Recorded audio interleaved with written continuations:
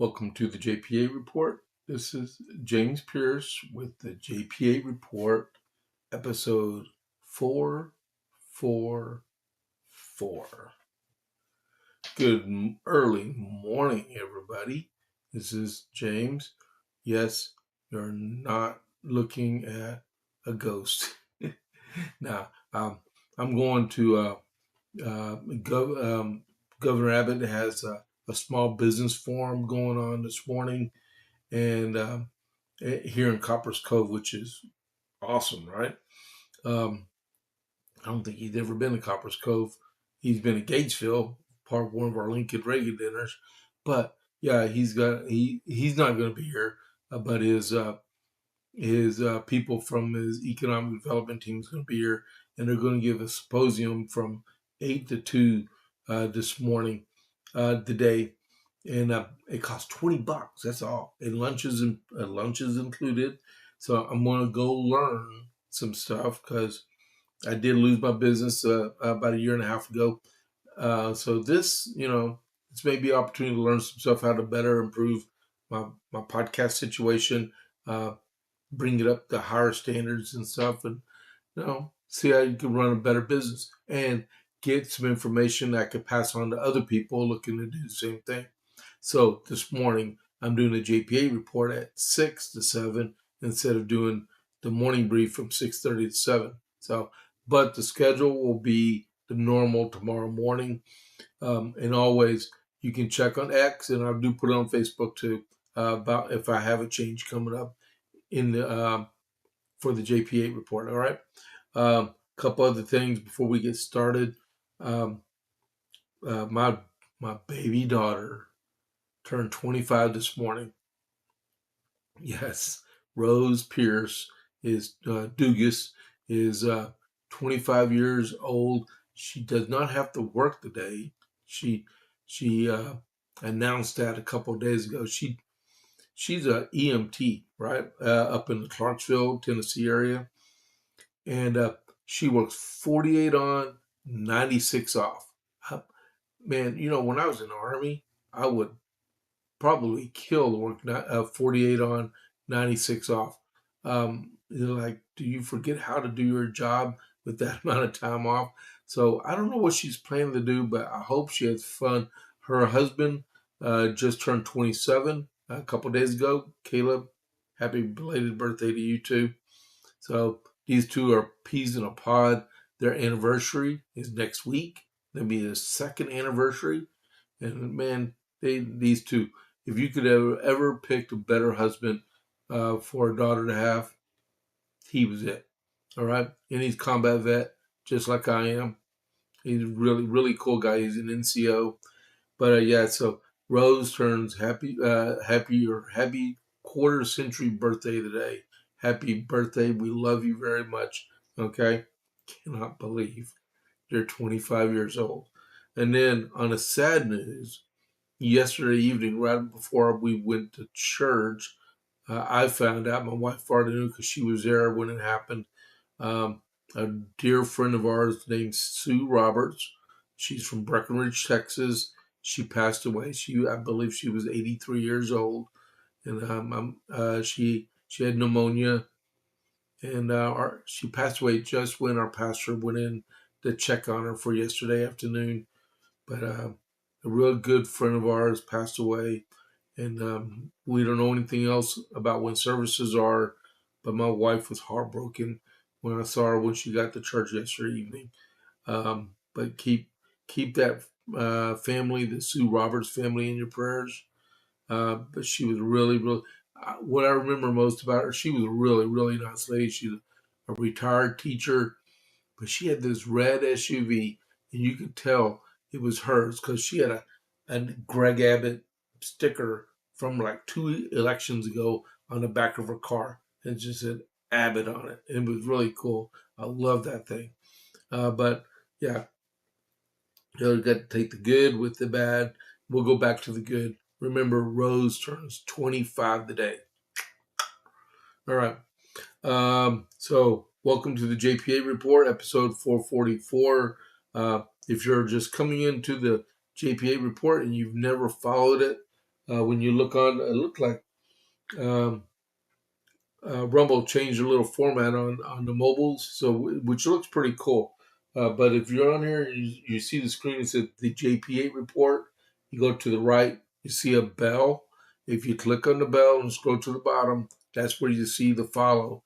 Click that follow, and you become a follower of the JP8 report. And then always on that thumbs up, give us a like for the podcast, all right? And you're always welcome to chat. I know it's 6:05 in the morning here in Texas. Who wants to chat at this time? I can tell you right now, Chad Prather, who I usually watch at this time, he usually has several hundred people on board chatting. So you can do this if you want. I will reply either on the keyboard or verbally back and forth with you and stuff. All right. Um, but so let's carry on. America 250. On this day, 1776, the Second Continental Congress gave General Washington broad uh, control over the military. He was, usually have commander in chiefs and stuff of sectors and stuff, but with him being in New York, you had Lake Ticonderoga, you had the Flying Cloud, you had Charleston, you had Philadelphia. He was put in charge of the whole area because there was military officers that were bucking for command, and they were trying to go around him.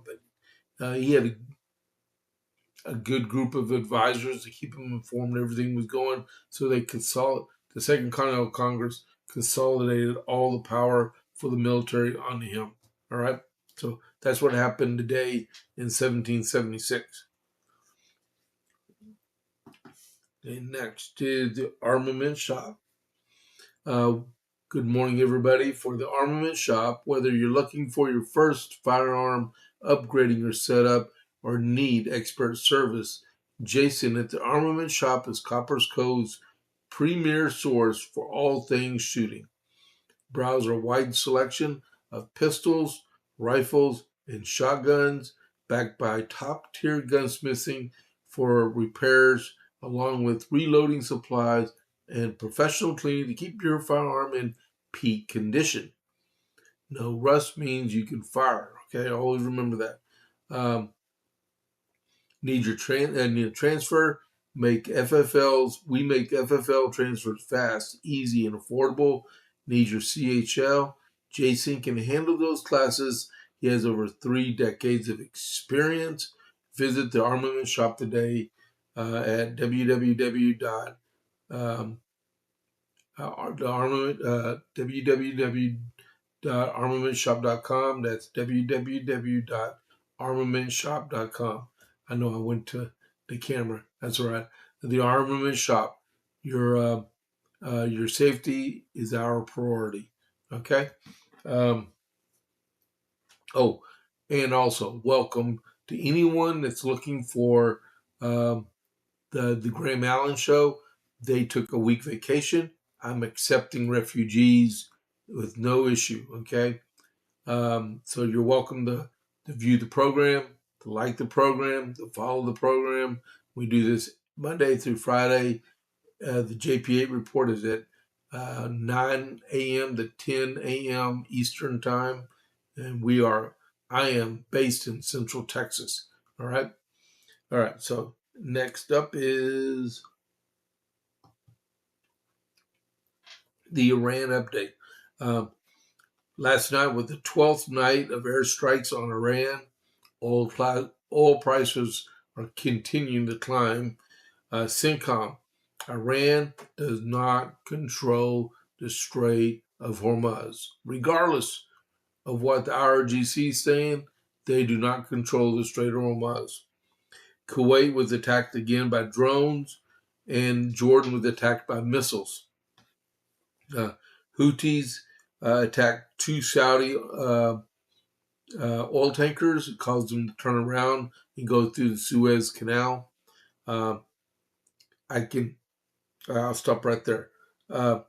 Okay, the fact is the Houthis prevented 2 Saudi tankers from going through the little narrow strait of down at the southern part of the Red Sea. I would say probably by the end of the day, chances are I give it a 50-50 shot that the Royal Saudi Air Force is going to take out those launchers. I can almost guarantee that that's going to happen. Okay, we'll see. I've been known to be wrong every now and then. United Kingdom withdrew its embassy staff from Tehran. The dignified transfer took place yesterday in Dover, Delaware. The President of the United States was there, paid his respects for the whole ceremony. I will tell you right now, all the major news stations carried that thing live, and they actually muted all sound. There was no sound for approximately, I think it was about 30 minutes while they did the whole ceremony, right? And when they came back on the air on the CNN, I mean not CNN, the Fox News Channel portion, Sandra Smith and Julian Turner were both were the ladies doing the news, right?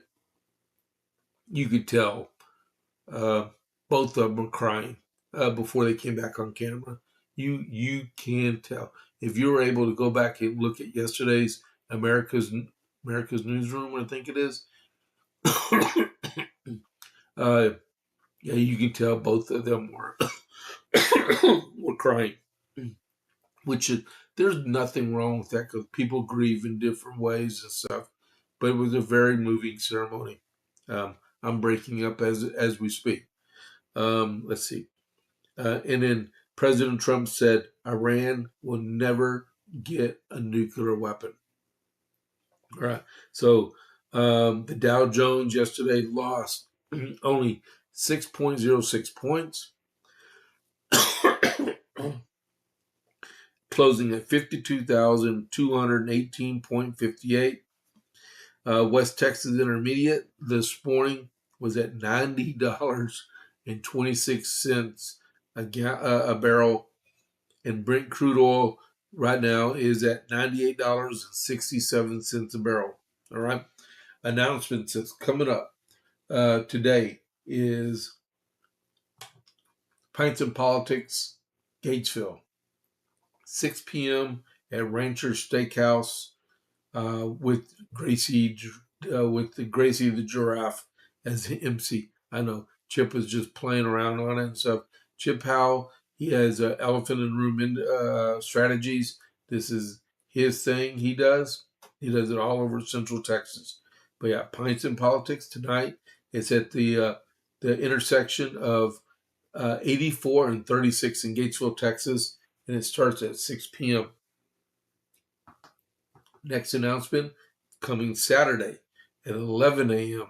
in Coppers Cove at Trinity Worship Center, which is 1802 Martin Luther King Drive at 11 a.m. It's behind Walmart in Coppers Cove. The guest speaker is Dr. Mark Farmer. He's going to be talking about geopolitical implications in the greater context of the Red-Green Alliance. All right, which is Islamicism. Okay, and the next one is the West Side Conservative Coalition, which is on Monday, July 27th at 6 p.m. Harker Heights at Papa's Cafe. I don't have a graphic for it. It's going to be you see Dennis Faulkner. He is the chair of the organization. And the very next day, on the 28th of July, is the Coryell County Republican Party. We will be meeting this time at Junction at Route 36 in Gatesville at 6 p.m. It's on Route 36, going on the north side of Gatesville. Our emphasis for our meeting is we have some bylaw changes we need to go over, and then we're going to concentrate on the Republican Party Fish Fry, which happens September 26th in Gatesville. All right. And then one last announcement is Pints and Politics on the 6th of August in Belton, Texas, at the Dead Fish Grill, and it starts at 6 p.m. also. It's over by the Belton Dam. Easy to get there. In my opinion, that is the best. That is the best Pints and Politics location because where we meet at and inside it overlooks Belton Lake. It's beautiful. Yeah, it's a thing. You got to see it. Okay, and they got some good fish there, good catfish.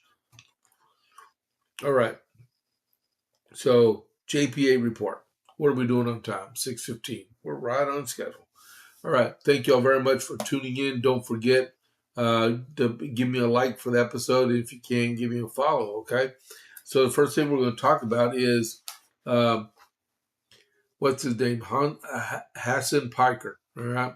This is coming from Fox News. It is not my writing up and stuff. So if he wants to get all upset and cry on his Wheaties and wear his Mao Say Tung or Dung, or whatever his name is, outfit, because if you notice, he's been wearing a jacket that looks like what Mao wore when he was still alive in China.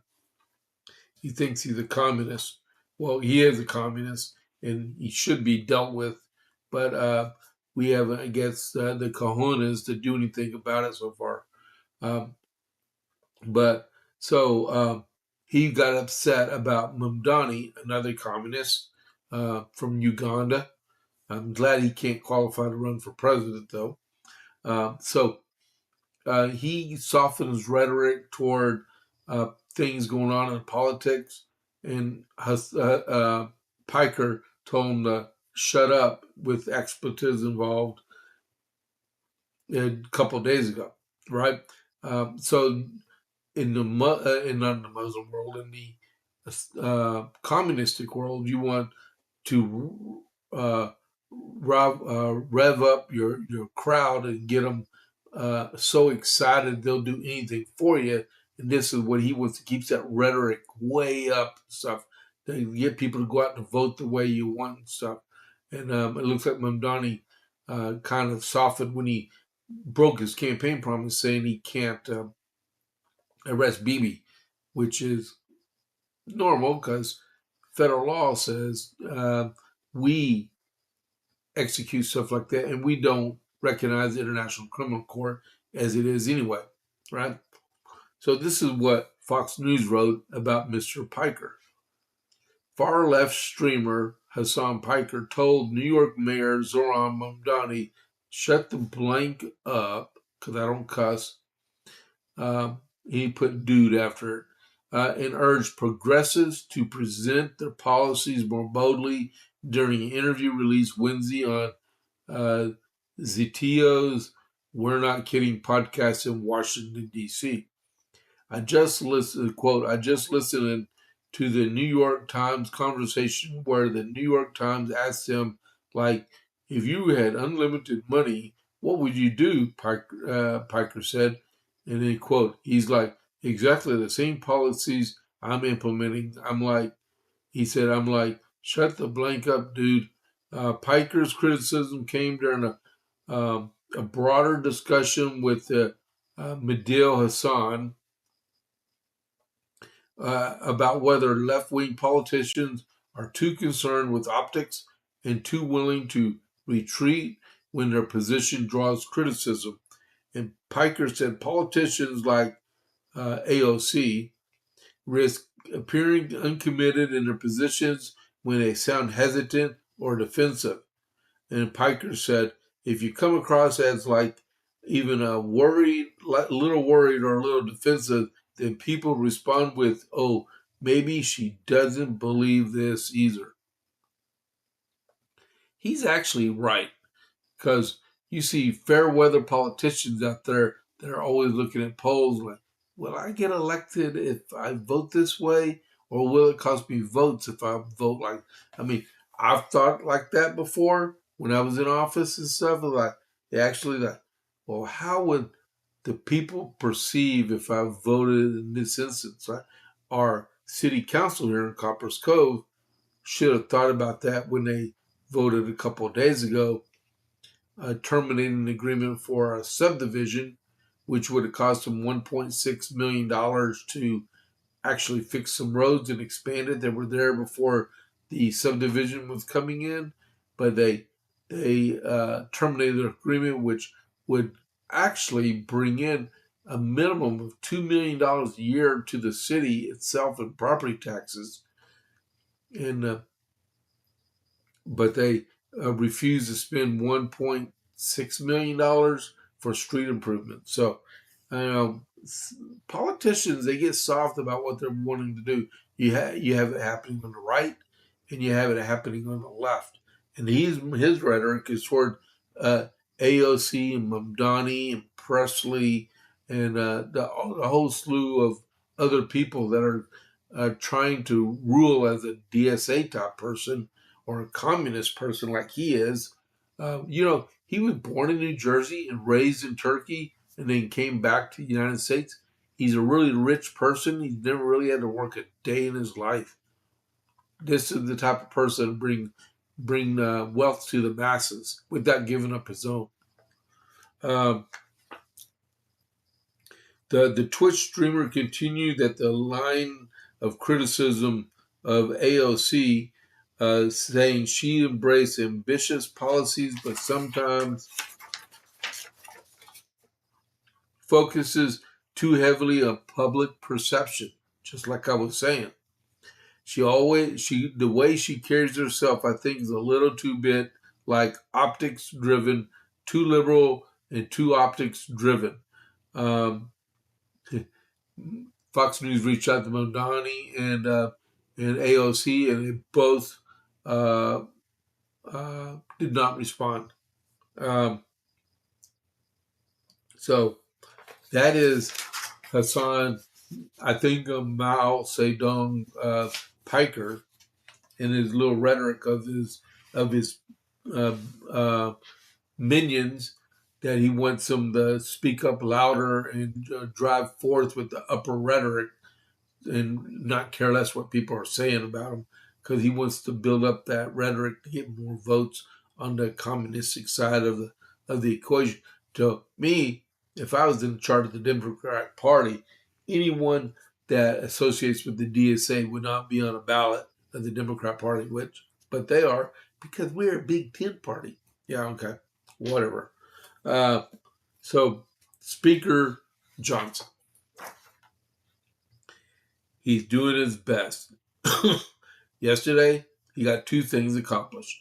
He got the NDAA across the finish line to a point. We're going to go over that in just a minute, because there's one bit of concern I have about the bill. The other is Reconciliation 3.0. Hold on. Man, why do I always need to sneeze when I'm online, on camera? Okay, so the first one, Reconciliation 3.0. What they did with that, they included the Save America Act also in with it, and it passed. All right. So, Speaker, and if you don't know anything about the Save America Act, that's the bill that includes no mail-in balloting, except for if you're military or if you are disabled or going to be out of town. And a couple other things you can mix in with that. So it prevents you from mailing ballots to everybody around the world, right? And then it makes you present citizenship to register to vote and show photo ID when you go to the ballot box.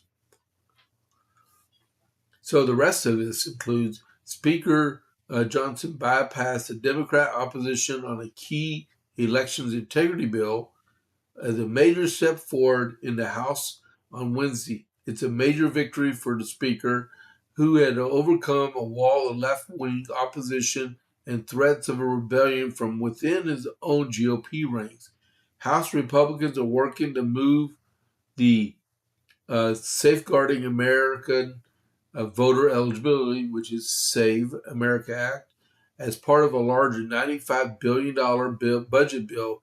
If successful, would completely sideline the Democrats to implement election reforms sought by President Donald Trump.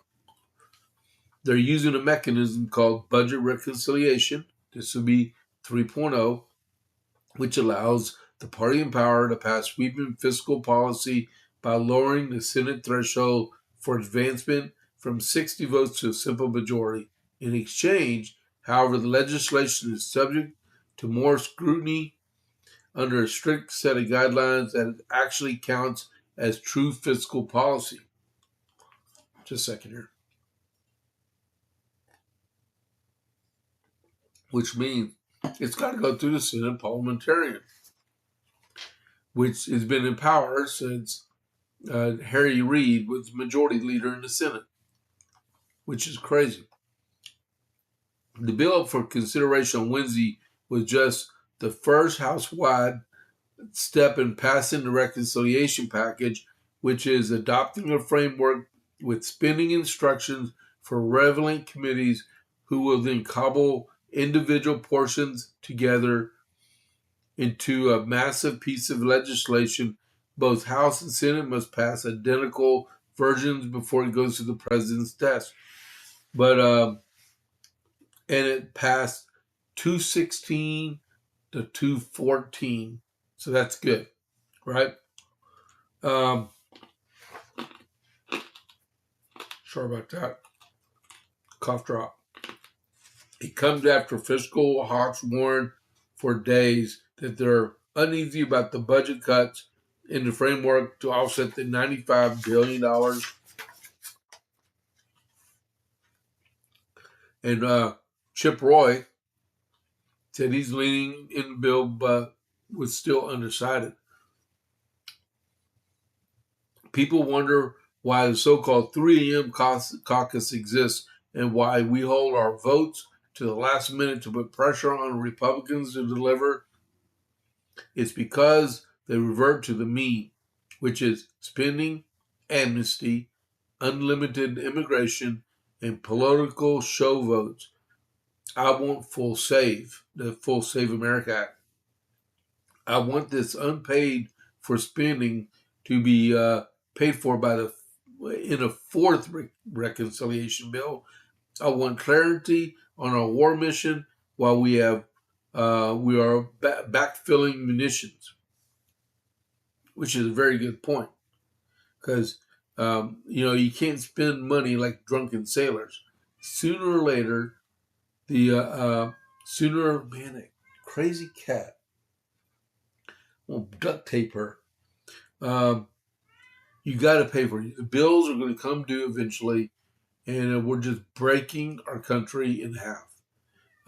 If these Democrats are allowed to resume power, they're going to spend another $10-15 trillion trying to push every social agenda out there, and then Republicans get elected, and they got to fight it back. And it's just a never-ending cycle of spend, save, spend, save, spend, save. And sooner or later, the piper's going to come piping, and he's going to say, I want all my money now. And we're going to go bankrupt. We'll be worse than the worst third world country out there. All right. The next thing was the National Defense Authorization Act. It passed 216 to 212 yesterday. And it's a two-part thing. They got to pass that, and then they got to pass the funding package to go with it, right? And then it's got to go to the Senate. The Senate's got to do the same thing. Then they got to merge the two bills together to make sure they're perfect. And then it goes to the president for signature. The House of Representatives on Wednesday narrowly passed the sprawling annual National Defense Authorization Act for 2027, which includes raises for military members and expands the access to education and child care for the military families. The widespread defense spending bill passed in a 216-212 vote, which saw 6 Democrats vote in favor of the bill and 7 voted against it. The legislation, I guess they can call that bipartisan, right? The legislation raises service members' pay by 5 to 7%, authorizes $56 billion in aircraft development, including the next generation fighter jets and Black Hawk helicopters, and authorized $60 billion in funding for construction and support of 3 submarines and 2 destroyers. The bill also codifies several Trump administration executive orders, including building the Golden Dome, which is a major defense priority for the president. The FYNDAA will ensure Americans maintain the most lethal, most dynamic, most capable fighting force in the world. I am in an increasingly dangerous world. We are reminded that President Reagan's admonition that freedom is not passed along in the bloodstream. It must be fought for and protected so the next generation may enjoy the same level of security and opportunity we have known. It starts in Congress. Safeguarding our liabilities by providing for our common defense is one of our most basic responsibilities as elected representatives, and this year's NDA meets that moment. And now it goes to the Senate for final passage. I got one issue.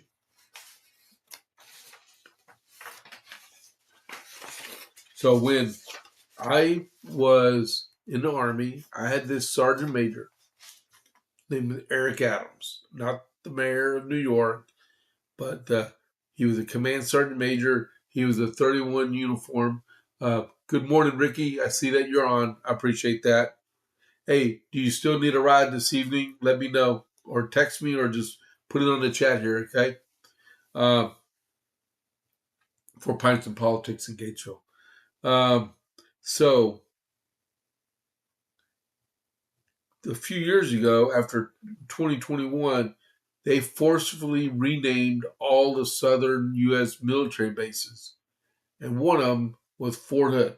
Fort Hood was renamed Fort Hood to Fort Cavazos, along with a whole slew of other ones, right? But when President Trump regained office in 2024, he went and they found Medal of Honor winners, Distinguished Service Cross, Silver Star winners, people that served with distinction, and they renamed the bases in their honor instead of the Civil War guys, which the Democrats tend to destroy, right? Even though all these officers were pardoned by President Johnson and President Grant, right? And including President Carter, because he granted full voting privileges and U.S. citizenship to Robert E. Lee in 1976. Or 76. That would be President Ford, I believe. Something like that. But so if you did not know, there was 2 great pardons. There was the one in 1868 and then 1874, I believe it was, in which they pardoned everybody, and then they pardoned everybody again along with senior officers, right? So nobody's really a traitor. They were all pardoned for everything they did, right? But they still were like, well, we are not going to allow them to have military bases named after them because they're all traitors, which I just told you what had happened, right?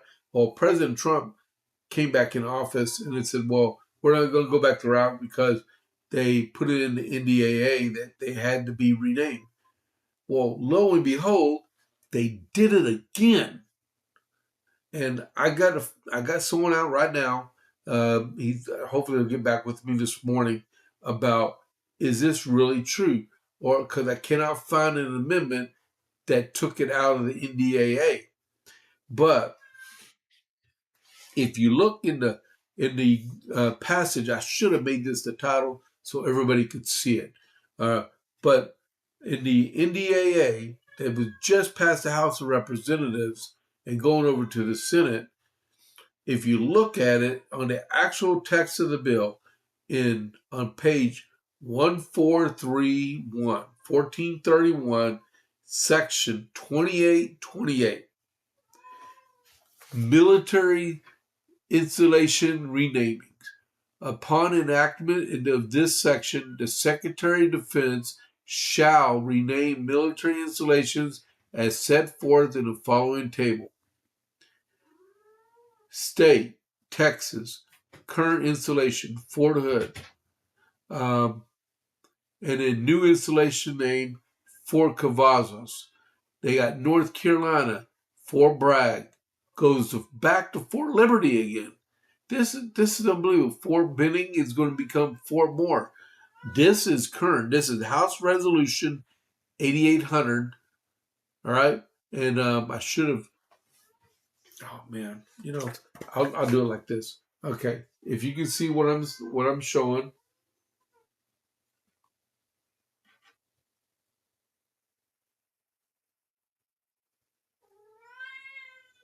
Okay, but if this survives conference, we're going to have to rename these bases again. I mean, the only caveat I see in it says the Secretary of Defense, which he's going to be technically known as the Secretary of War. It's supposed to be codified. So I made sure this wasn't the previous NDAA. This is the current one that passed the House of Representatives yesterday. Like, did they know that this was slipped in or what? But if you know someone out there that can talk to the congressman, but this is page 1431, section 2828 in the current NDAA for House Resolution 8800. Okay, and I looked through all the amendments. I couldn't find nothing. But I'm telling you, you can actually, it's 637. You can actually hide something in a bill and nobody would ever find it. Like I said, this is page 1431. I could have slipped in there that there'll be a 25-cent pay raise for James Pierce, who's retired U.S. Army. And they probably would never have seen it until after the president signed it. But yeah, it says it here. It says it here. I'll show you one more time.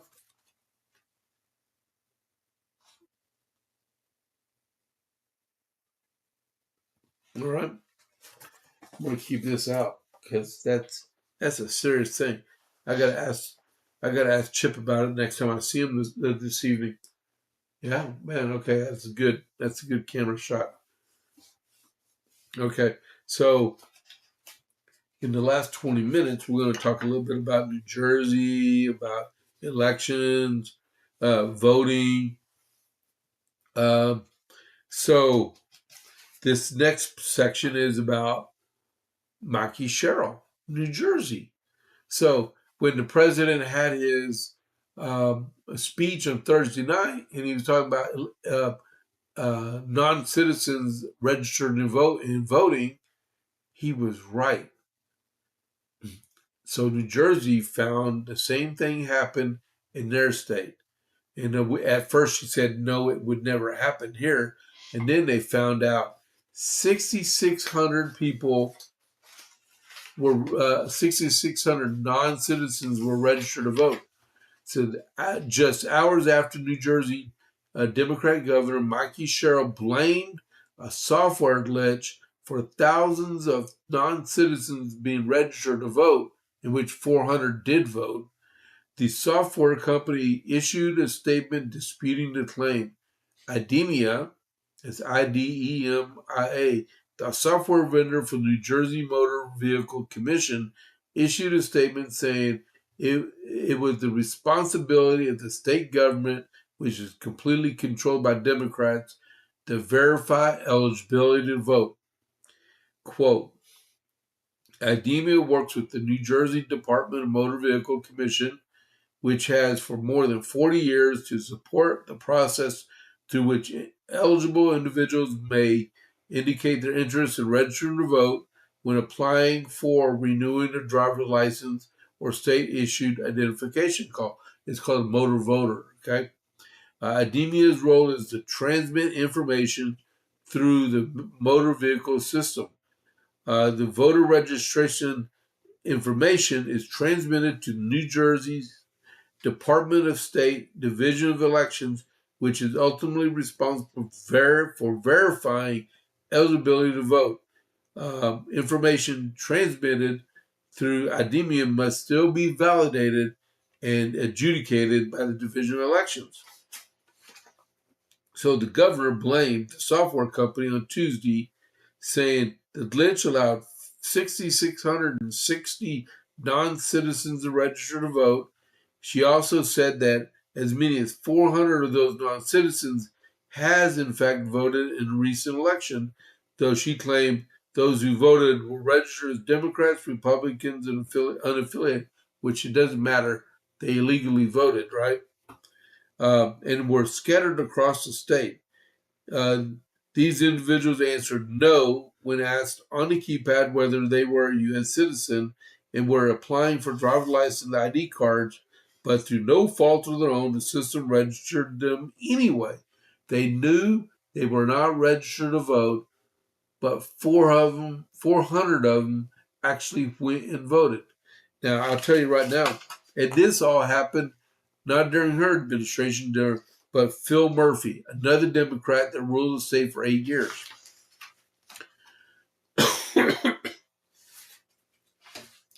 Harmy Dillon, she's in the Department of Justice, the Civil Rights Division, has already said that she will track down every one of those that voted illegally and that were non-citizens and have them deported for breaking the law.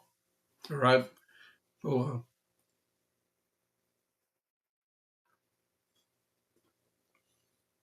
Some good old iced tea in the morning in my 1776 mug. You can get this at Blackout Coffee, all right? But it's iced tea inside of it. So the software company that New Jersey, this is from New York Post. Maki Cheryl blamed 6,600 non-citizens for being put into voter rolls that local officials were responsible for illegally registering the immigrants. Cheryl claimed Tuesday, this is about the same thing I just read. Yep, it is. So they took Just the News and put it into the New York Post. The point is, 400 people illegally voted inside the state, which, some, these are all the same. There's nothing different on here. All right. The fact is 400 people voted illegally, and they think they're going to get away with it, and they're probably going to get deported over breaking the law, because that's a serious matter right there, right? And then another thing about the illegal voting was that U.S. Intel, okay, let's see, 6:45. Do I have time to cover? Because this one is very important. Yeah. So then when the Biden Justice Department announced that Chinese hackers had gotten their hands on Great Britain's publicly available voter files in 2024, American news clamored with stories claiming it was just a dangerous breach. The same too when U.S. officials now announced Russia and Iran had hacked small numbers of U.S. voter files in 2021. The simple reason U.S. intelligence agents believe the targeting and acquisition of voter registration files is an act of election interference.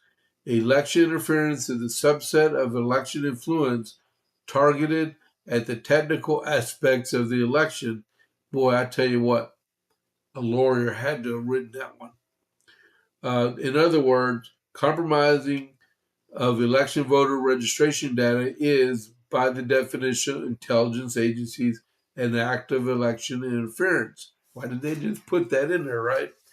When President Trump presented confirmation evidence last Thursday night that China had compromised 220 million American voter registration files, the news media swung 180 degrees in the opposite direction.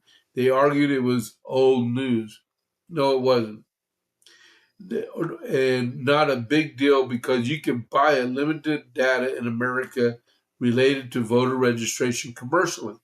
According to security experts, the limited data accessibility is not the same thing.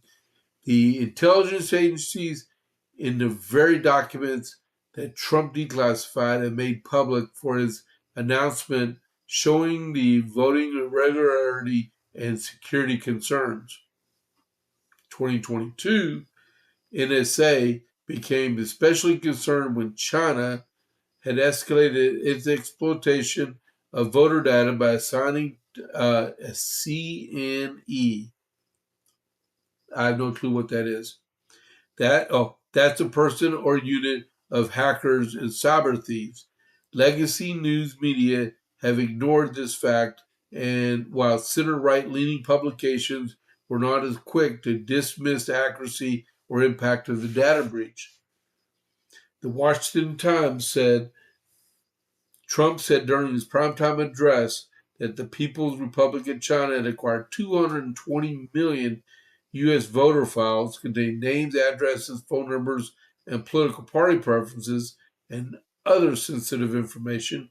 Shortly after the speech, the White House released to the public dozens of classified documents containing partially redacted findings, including data showing 278,000 non-citizens who are registered to vote in federal elections, and details over a slow walk 2020 FBI investigation in Michigan.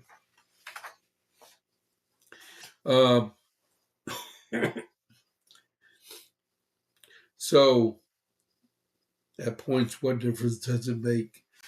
I got other stuff I need to cover before I run out of time. Okay, so to summarize it real quick is what can be done about it, right? There's still a lot of work to be done, but passing the SAVE Act will certainly make a big difference. At the end of the day, there will be no question about all elections. The outcomes will be in doubt unless we pass it.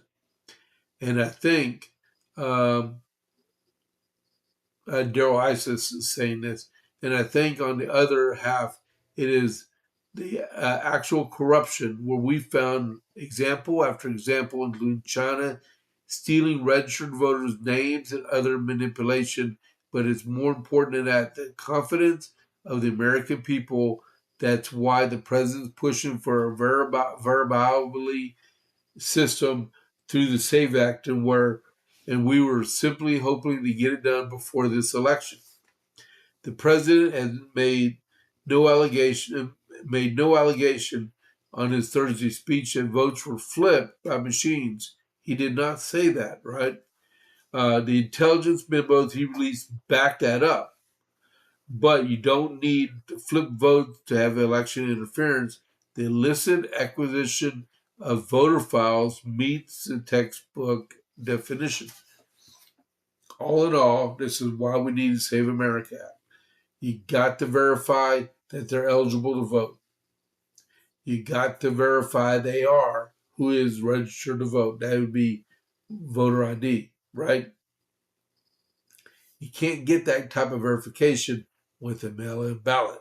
Only when you go in and you hand your driver's license up to the lady and she signs off on it, she flips the screen around and you verify you are who you are, then you go vote. You can't do that with a mail-in ballot. Nope. All right? 6:50. So before I get to this last part, I'm going to do this one. This is good news stuff right here. Carrie Lake and Doug Mastriano, their nominations sailed through some Senate committees yesterday, and their ambassadorships are about to be approved by the full Senate. Senate panel voted on Wednesday to advance the nominations of Carrie Lake. She's from Arizona. She ran for Senate and for governor over the last couple of years. But they're up for ambassadorships in Jamaica and Slovakia. Despite threats from my senator, the dinosaur, John Cornyn. He said he was going to vote against both of them. He didn't. Cornyn has sought to secure funding for PEPFAR, a Bush-era AIDS relief program, in exchange for his vote.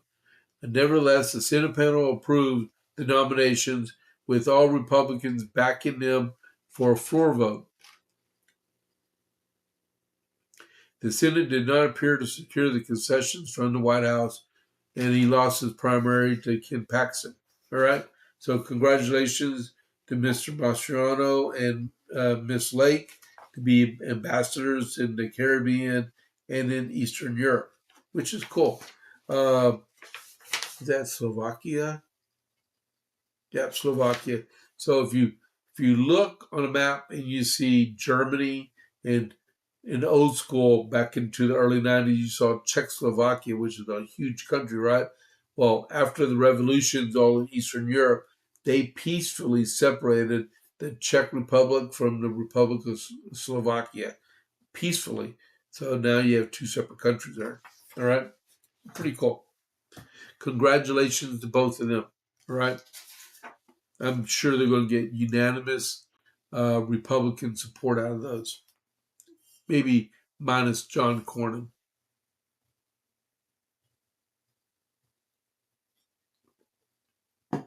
All right. Jack Smith. I was going to go with the name for this one today for the podcast, but the deal by Hassan Piker was too important to pass up. But this one, Jim Jordan referred Jack Smith over to the Department of Justice for prosecution. All right. The former Biden special counsel, Jack Smith, could face potential criminal prosecution after Republicans accused the ex-prosecutor of misleading Congress about the scope of his investigation of Donald Trump. This goes back to hearing, this came out like last week, about all the text messages that was swept up, in which they were saying, oh, we just got the phone numbers of the people, right? Well, what we found out last week was that no, they were getting full text messages from these cell phone carriers and stuff, so they knew what they were saying back and forth to each other without a federal law enforcement warrant to go with that. So House Judiciary Chairman Jim Jordan issued a criminal referral for Smith Wednesday, arguing newly released records contradict Smith's testimony to his committee that he did not obtain or review lawmakers' text messages during his multiple probes into President Donald Trump. All individuals have the obligation to comply with a duly authorized congressional inquiry. Mr. Smith, a former public servant, is no different. Jordan wrote, Jordan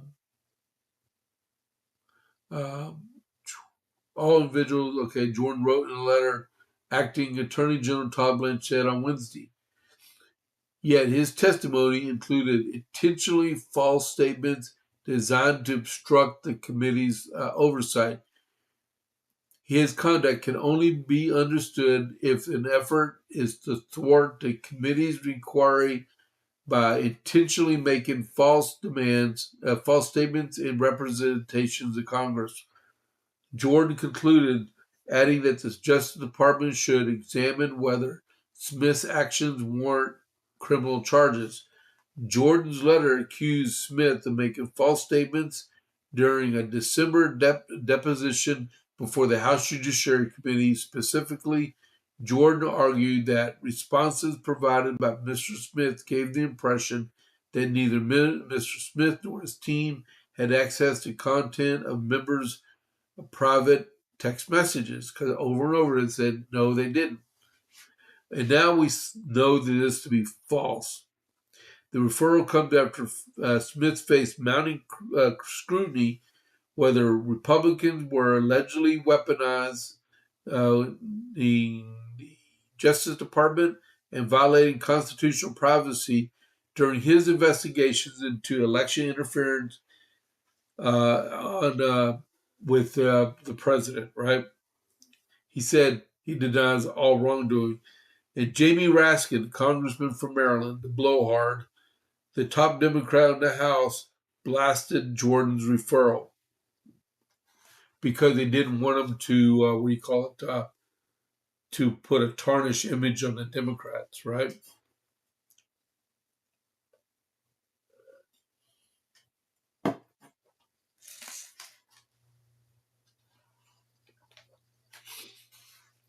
So this goes to the Department of Justice, and let's see if he gets prosecuted. This would be something else, right? And then last, did you know this happened when I was a kid? After I joined the Army, right? We're at 656. All right. So Daniel Ortega, if you remember in the 80s and early 90s, Daniel Ortega led the Sandinistas, right? There was a communist government inside of Nicaragua, and the Contras were fighting against them. And eventually they came to agreement, and the Sandinista government fell apart, right? Fast forward to about a decade ago.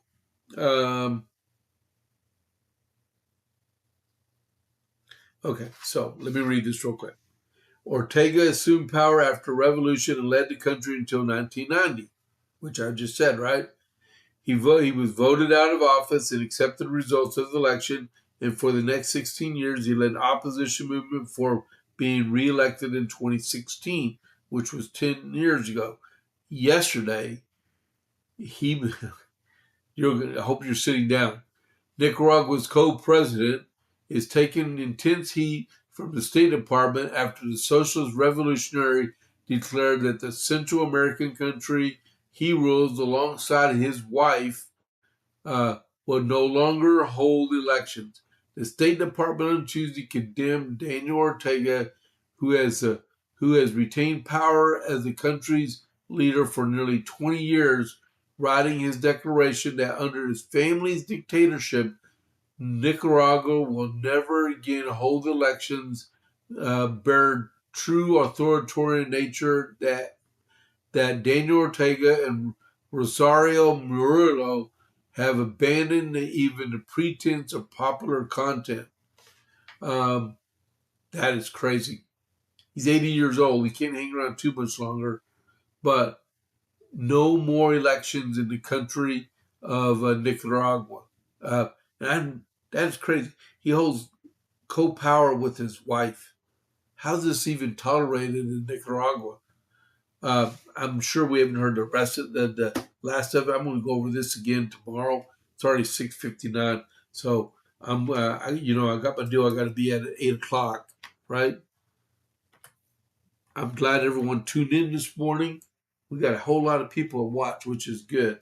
I'm going to raid on over to Vince,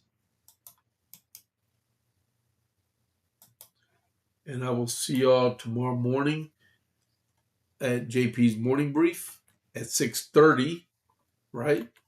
And I hope y'all have a great day. I didn't initiate it. There we go. The raid is initiated. Y'all have a great day. Thank y'all very much for tuning in. And if you know my daughter, wish her a happy birthday. All right. The raid is confirmed. There we go. And I will check y'all tomorrow. This is James Pierce with the JP8 report. I'll catch you on the flip side. I'm out.